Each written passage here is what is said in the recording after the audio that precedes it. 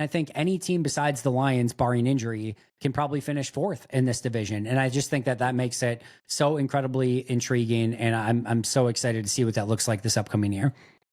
So because you said besides the Lions, does that mean you're picking the Lions to win the NFC North in 2025?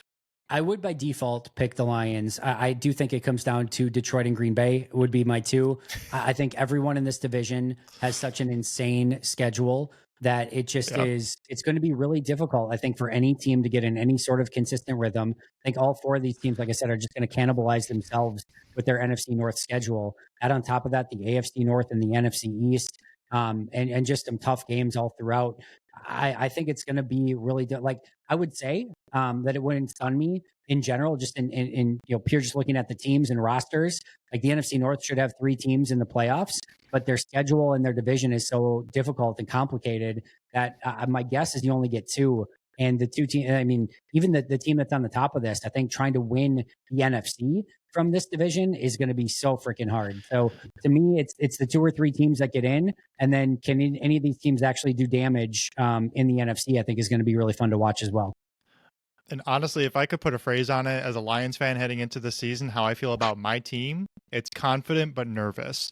And I'm thinking about that as you're talking, and I'm like, wait, you can say this as a Bears fan, you can say this as a Packers fan, you can say this as a Vikings fan. I think every team in our division has a good reason to be confident, but also nervous that the wheels just fall off for all the reasons you just mentioned, right? Like, any one of these teams could finish first in the division, and I don't think anyone would be terribly shocked unless it's the Bears. I mean, let's be real. But like, it'd be surprising for sure. It would be. But like, really, I mean, the Packers have a solid chance, as do the Lions. But I think a lot of our fan base in Detroit shares the same frustrations that you brought up, like wanting more of a splash by our, the offseason. But I think that we are counting on getting better through being healthy and planning for the long run at the same time, like wanting to be good for the next 5 years. So it's a frustration for us too, but I can't argue with it.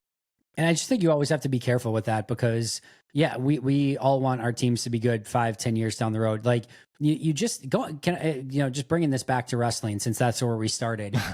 There's this always idea that like, oh my God, the AEW just signed CM Punk. We're going to get CM Punk versus Kenny Omega. We're going to get CM Punk versus Daniel Bryan. We're going to get CM Punk versus all these guys. And it's like, you don't know when any of these guys are going to leave, when somebody's going to get hurt for a significant period of time. Like book the match now, like book the match right now. If you've got 2 hot wrestlers that are ready to go, like book it, because you don't know what's going to happen 3 months from now in professional wrestling, much less in the NFL. Like you don't know a year, 2 year, 3, like Jared Goff suffers like an Alex Smith sort of injury, or, you all of a sudden end up with a couple players. I know I'm not speaking into fruition, but you get my point. Like you don't know what 2027, 28, 29, any of these things are going to look like. And that's why when you have this up, like Detroit is set up and has been set up for these last couple of years to like, you need to win a Super Bowl. And with how this team has kind of put it together. And now already, Ben Johnson, Aaron Glenn is gone. Frank Ragnow is gone. Like there's already, again, just it's not catastrophic, but there's, for the first time,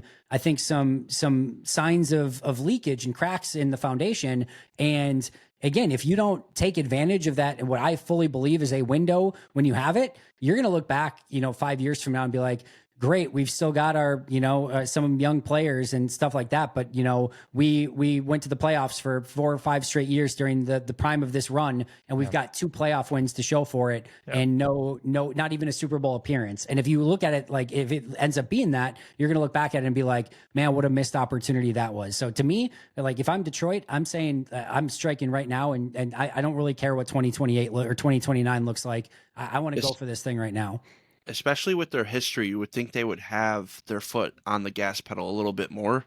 And then you have, like, we listen to Detroit sports talk radio on the way to work, and you have fans saying, oh, let's be good for 6 years. We don't have to go crazy for this 1 year. But, like, knowing Lions history, 6 years down the road, like you're saying, might not be pretty. So and I respect Detroit to what they're doing to an extent of like, hey, we don't want to go back to that, right? We know what, if we go all in now and then it ends up being where it's like, same old Lions, and we're 2-15 for 3 more years because we went a little bit over aggressive. Like I get wanting to steady the ship and say like, hey, we're going to be a playoff team every year. We're going to be competitive every year. And eventually like, we'll just get hot at the right time and win this thing. Like I can understand and respect after years of losing seasons of like why you would want to go in that direction. I just think you have to be really careful with it and understand that also there's a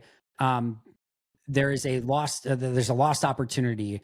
There's an opportunity cost to also not striking when it's right. And if you don't do that at the right time, I do think you end up looking back at it with a little bit of disappointment. Yeah, I think you said it perfectly, bro. I don't want to be the guy from Happy Gilmore in 2 years. Oh, we suck again. Like that will not be me in 2 years. I refuse. Fair enough. Ryan, that's the water boy, but I digress. Yeah, you were close. Happy Gilmore, my bad. Shout out to Adam Come on, Sandler. buddy. My apologies.